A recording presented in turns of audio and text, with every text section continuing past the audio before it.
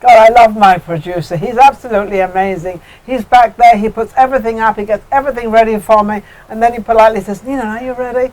Yeah, I'm ready. Kind of ready. I have a fabulous lady with me, Dr. Pauline Crawford. And it's Magical Conversations. So I said to her, I said, you author, what are you? She said, no, I kind of play with words. Or she's trying to get people to understand each other, which seems to be female and male. Absolutely. Am I on the right track? You are on the right track. And then after talking to her for a little bit, I realised that she's British, and she's actually from London. I'm from London. What part? I'm from North London, Finchley. If Oh, you know Finchley, it. I know Finchley. Who does not know Finchley? Oh, well. Well, Finchley's lovely. It's very, very beautiful and well known for various reasons, including Margaret Thatcher. She was the MP there before she became Oh, she was PM. the MP as Member of Parliament. Member of Parliament, Yes, yes. Sorry she about was. that. That's okay, no, because a lot of people don't know what MPs are. We do, but they don't. Yes, it's wonderful to meet a fellow Brit. And here we are. And what are you doing in Vegas? I know what I'm doing in Vegas. Well, what are you doing? Well, actually, it's a love story, and it was created by Magical Conversations. I met my American husband 8 years ago in Budapest.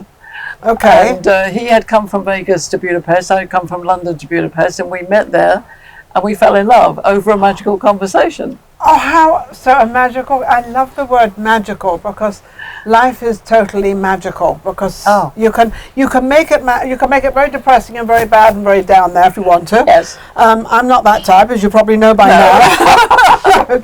I'm kind of up here. Let's make it magical. Let's make something happen. So you actually made your marriage happen properly because of the conversation you were having with him. We had. How did you know how to start a conversation with him or to sort of encourage? Because it made it a little bit difficult on sort of getting to know. Well, this was what was fascinating is that he's actually a relatively quiet man. But just like you. Like me. But I managed to inspire him to tell me absolutely everything in a 35-minute conversation over breakfast. And he said afterwards, he said, I don't know why I sort of confessed everything to you. There was something about it. And for me, it's about a philosophy of life. So I believe that a magical conversation comes without judgment. So I sat down opposite him. Without judgment. Hey, America, listen to that. Yes, absolutely. Without judgment, because we're judging everybody for what they say at the moment. Well, that's right. It's becoming that way. And the second value that I have is that you don't have anger. You have passion and you have excitement, but you don't have anger. She doesn't know how much I don't believe in anger, because the only person that gets upset in anger is yourself. Absolutely, absolutely. And then the third rule is no coercion. And what I mean by that is don't try and control the outcome before you're ready. Before the outcome is there. Before the outcome is there, because if somebody is quieter and you're louder, you can overpower them. Yes. And you have to, I actually run magical conversation circles where we have those rules. In fact, we've got one going down tomorrow, and it's about having that space where you can really be yourself and nobody judges you. That's interesting, because it's funny, in what I do, I'm obviously sort of the one doing the conversation mostly. And I was looking at a couple of my shows and I was thinking, Ninon, you talk far too much. Let your guests have a word in. So I'm trying to do that. It's very difficult, but I'm trying to do that. But it's like a magical thing. Yes, well, it's kind of like ebb and flow. You know, if you watch the sea, it always comes in and it goes out. Yes, it comes in and it goes out. And what I encourage when you have a circle of people is to not speak too much, but do speak. And do come from your experience, not your judgment. And what happens is magic happens because you don't know what people are going to say. And if you listen, you will actually hear the most amazing things from people. She just said the most beautiful word, which is how I manage to do what I do, is listen. Yes. You have to listen to every word somebody says, because that's when that magic word comes out. Absolutely. And that's why people ask me, because I never pre-interview. I've never met this woman before. I have no idea, but it's like we already know each other. Absolutely. And it's not a problem.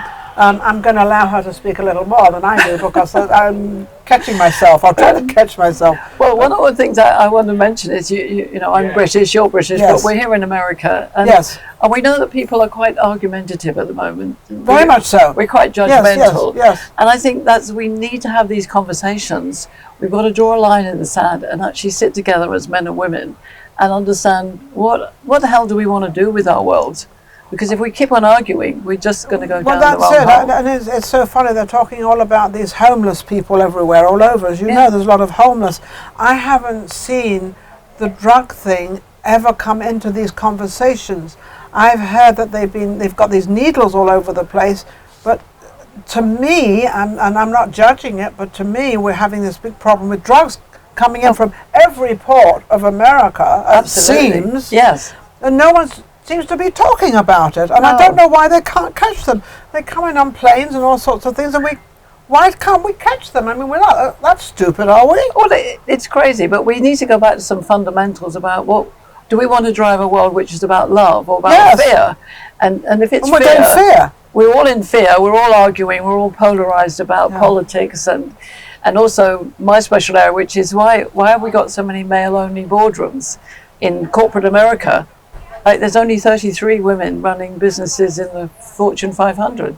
Did you know that? Well, I did know that, but I also knew a little something else about that there was many, many more, but apparently the women could not fulfill that job, whether they liked it or whether you can't say they were fired or whether they dismissed themselves. I think a lot of the women did not want to take on that responsibility. Absolutely. And I think that was the problem. I've always said, I don't want women should not be men. No, be absolutely. A woman. Be a woman. Absolutely. And this is what my proposition is, and I've spoken on stages all the way around the world, and I need to speak on more in America because I've only been here a short time. Yes. I've been here a year and a half, and I've only been in Vegas for 5 months. And I'm keen to get on those stages because men and women have an absolute blessing when they come together properly. They make the world absolutely fantastic. Yes. So we've got to get into that stage. And what I believe is women must not be men. We've got to be ourselves. I mean, but we need to understand there's two territories. Yes. And we haven't explored that. So I would say men are like a PC. They're very straightforward. And women are like a Mac. Yes. We go round in circles. PC and a Mac. And when we go round in circles, what happens is men stop listening. Yes. So what we need to do as women is to honour our circular, our fabulousness, but recognise if a man doesn't hear us, we're not going to get some airtime. No. So I've designed a map which solves that. We do more of the complaining they don't hear us than to the actual subject of what we want to do to be heard. I think men and women have both lost their way, and I don't think men know what to do anymore with the women. And I don't think women know what to do with the men anymore. I think it's kind of come to a thing where I don't need you. Well, I tell you, I actually interviewed 50 plus men across the world, different generations, and I asked them the question, what's happening for men today? The first thing is they were all delighted that I asked them. They are like, nobody asked us that. The first thing they said after that was, we're all confused.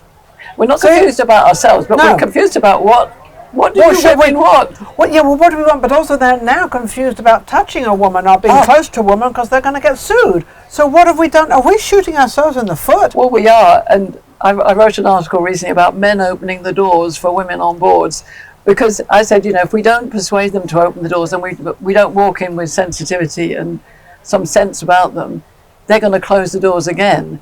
But every single man I interviewed said, I just don't know whether to open the door for a woman or not. Do you know, that's funny you should say that because I'm with a guy right now and I've known him for many years. Up until yesterday, because I saw him yesterday, not today. Up until yesterday, he still opens the door.